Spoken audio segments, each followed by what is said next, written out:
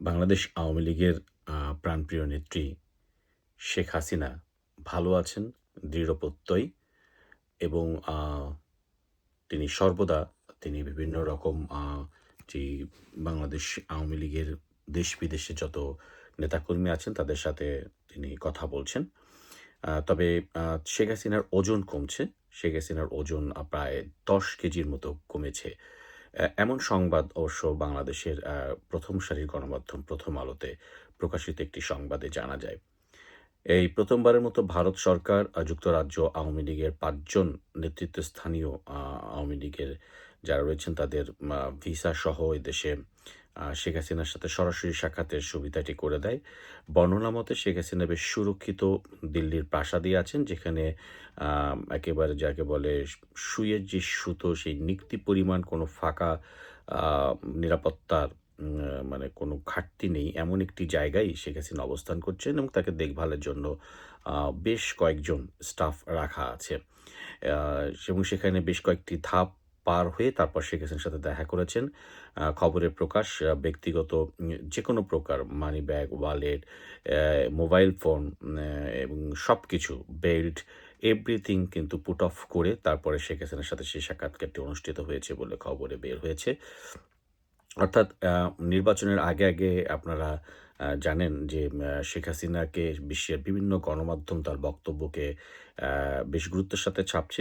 Basically এই যে নির্বাচনটি ১২ ফেব্রুয়ারি অনুষ্ঠানের পরিকল্পনা সরকার এখনো করছে, সেই নির্বাচনটি যে একটি অগ্রহণযোগ্য নির্বাচন হতে যাচ্ছে, সেটিকে মূলত বিশ্বের কাছে পৌঁছে দেওয়া এবং ডক্টর মোহাম্মদ ইউনূসের সরাসরি তত্ত্বাবধানে বাংলাদেশে জঙ্গির আস্তানা গড়ে তোলা।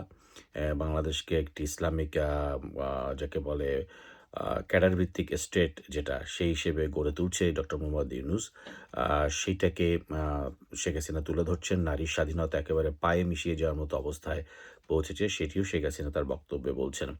তবে বিষয় লক্ষণীয় যে এই ১ম বারের মতো যুক্তরাজ্যের আওয়ামী লীগ নেতারা দলের বিভিন্ন বিষয়াদি নিয়ে তারা কথা বলেছেন। অর্থাৎ বোঝাই যাচ্ছে যে আওয়ামী লীগের তৎপরতা কিন্তু শুরু হয়ে গেছে। যদিও দেশে আমরা দেখেছি তারেক রহমানও কিন্তু বলতে শুরু করেছেন যে তারা কোনো রাজনৈতিক দলকে নিষিদ্ধ করার পক্ষে নয়। কাজেই সহসাই বাংলাদেশে আওয়ামী লীগের রাজনীতি যে ওপেন হচ্ছে সেটি খুবই স্পষ্ট। আর যে নির্বাচনটি হতে যাচ্ছে সেটি নিঃসন্দেহে প্রশ্নবিদ্ধ নির্বাচনের পরিকল্পনা করছে। আপনারা জানেন যে এই নির্বাচনে যে জয়ী হয়ে আসবে তাকে অপেক্ষায় থাকতে হবে ৬ থেকে ৯ মাস। অর্থাৎ ডক্টর ইউনূসের আরও একটি সুদূরপ্রসারী পরিকল্পনা রয়েছে।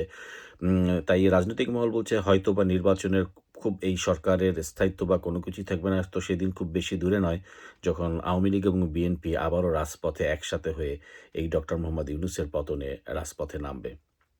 তবে যেই লন্ডনের যে দলটি গিয়েছিল শেখ হাসিনার সাথে দেখা করতে, তারা একটি বিষয় বলেছে, শেখ হাসিনাকে আত্মপ্রত্যয়ী সুস্থ তারা দেখেছেন। তবে তার ওজন কমপক্ষে ১০ কেজি কমেছে বলে আ তারা বলছেন। তবে কেন, কি কারণে সে বিষয়টি অবশ্য ওই খবরে সেটি প্রকাশ করা হয়নি।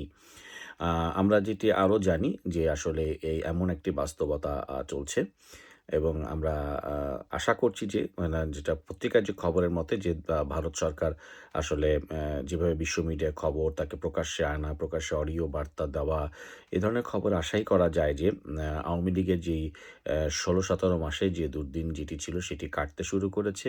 আ খুবই নিকটবর্তী দূরত্বে আলো অপেক্ষা করছে। শেখ হাসিনাই সেই সব অন্ধকারকে দূর করে আলোর পথে দেখানোর নেতৃত্ব দিবেন।